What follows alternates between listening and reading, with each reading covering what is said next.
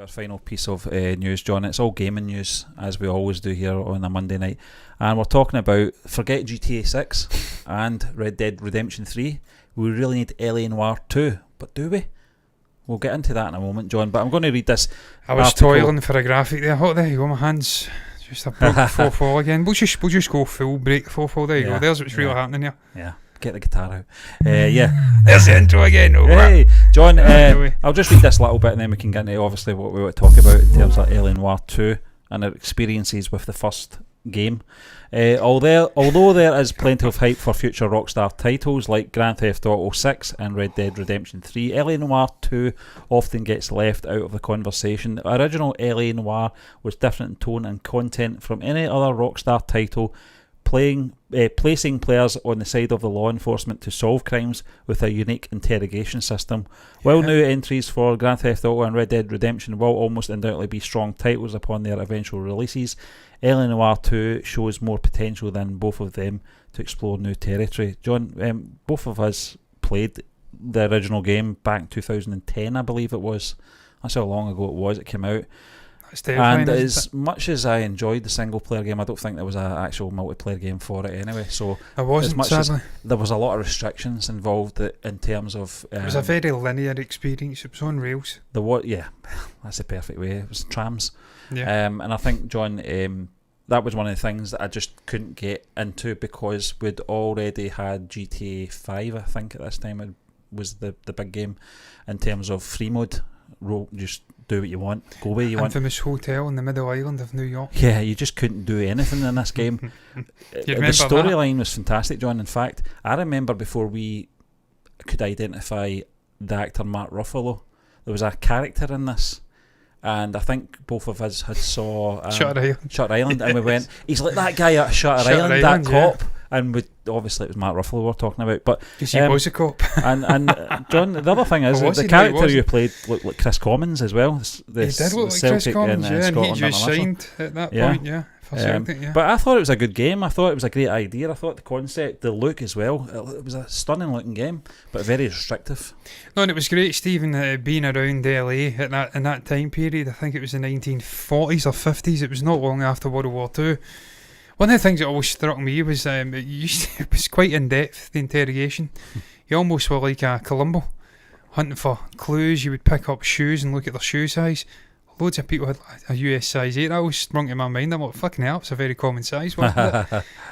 And obviously it was a really interesting mechanic, the game mechanic. You were writing in a notepad. You had to go down lines of investigation. So taking that sort of game mechanic and giving it a new lick of polish, paint if you like, and bring it into the 21st century. First game was out in the 21st century, but bring it into 2024, 2025, 2026, whenever it may come out, because obviously GTA is not even out yet. Yeah. The new GTA 6. It'd be very interesting to see where they could take that mechanic. Could it be an open world experience where you've got a lot more interactivity with randoms in the street? How could they expand out this idea for LA Noire and make it a more, I don't know, according to this article, John, sandbox. saying that the possibility could be that it's set in the 1970s. That would be very interesting, wouldn't it? Because that immediately gives me vibes of Dirty Harry. Yeah. And I'd like them to move away from LA Noire and make it a California style thing. You can go up to San Francisco and you've got that sort of gay scene up in San Francisco that was a huge part of Dirty Harry, but also you had the Scorpion Killer and you had the sort of leotards and all these sort of colourful things going on. Make it that statewide experience, and I'm telling you, it would be dynamite. Rockstar are good at period. Get in PCs, John, you've saw it, and obviously Vice City. Yes, they nailed it. They absolutely nailed it. And the music, Stephen, I'd love the sort of soundtrack to be like a sort of Dirty Harry soundtrack. I forget the guy, the great composer that did it. He's one of the all-time great composers of that era. Get that kind of music in, but it's almost like and it's the drumming. You know what I'm talking about, the drumming, man. It's just something classic about that era. 1970s, soundtrack. I'm going to search up Dirty Harry. That guy. I wouldn't be adverse to it. If you're asking me, would I prefer it over what in terms of what would come first, GTA 6? Oh, GTA 6. Red Dead Redemption 3 or LA Noire 2? LA Noire 2 would be third in that list. It would. It's not that I don't like the game or anything like that. I thought the game was very interesting. It was something different, but they have to up their game for the sequel. They'd have to give you sort of free reign, make it multiplayer as well, I think. I'm not really Walsh from Enter the Dragon. I mean, I think Kohan Luke. I think he wasn't who I thought it was, though. I'm not going to lie, but yeah, good. Yeah, I agree with you, Stephen. Ultimately, there is levels. I'd actually put an LA Noire sequel above Red Dead, just because we've had a Red Dead game recently. It's the sort of current premium game from Rockstar. It's got an expansive multiplayer online thing going on where they can update it incrementally. It's got one of the greatest single player stories ever made. The level of complexity, detail, an ever changing world. You go in and things are changing about you. You kill someone, it has ramifications for the world. That's there, and that's a new game. GTA is over 10 years old. We need a new GTA game. That is an event we speak of, Tarantino. In the world of gaming, GTA is an event. That's a multi-billion dollar franchise. When that comes out, the tills ring, be it digital or physical. So we need a new GTA. That's also number one. And what that's going to bring, if it is indeed multiple cities, huge game map, brilliant single player world. Red Dead set the bar. We need that for GTA now. We need to be accessing more buildings. We can't have these hollow husks of buildings where it's all... it does my nut in that. It makes the world feel small. You can see the inside of them, but you can't get in them. We need less of that, man. We need more interactivity in GTA.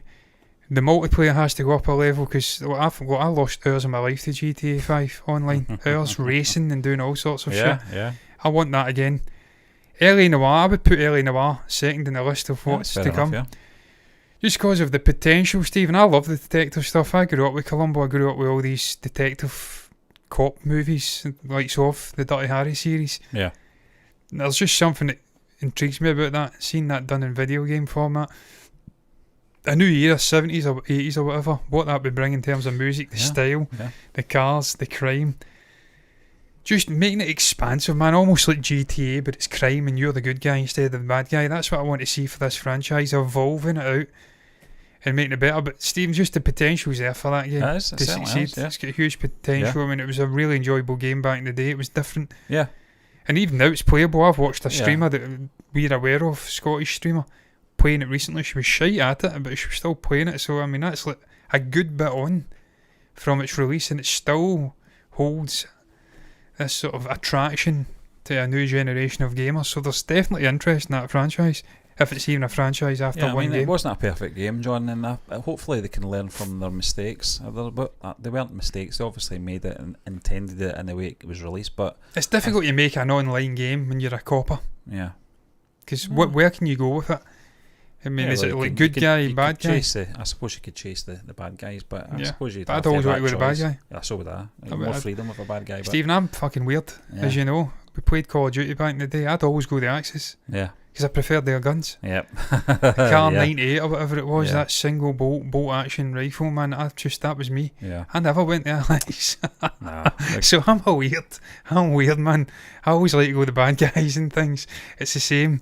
And Dead by Daylight just now, the game I'm currently hammering, I should be the good guy. I'm a survivor, but I always want to be the bad guy. So I terrorise the killer. Nothing wrong with that. And I make their life hell. I make their experience a living hell, to the point where you go on the forums and they're crying like bitches about people like me. So I'm toxic, man, when it comes to gaming. So if they do make a multiplayer game in LA Noire, in a sequel, I will be playing the robbers, the criminals, if you like, to be hunted down. But I'd love to see it.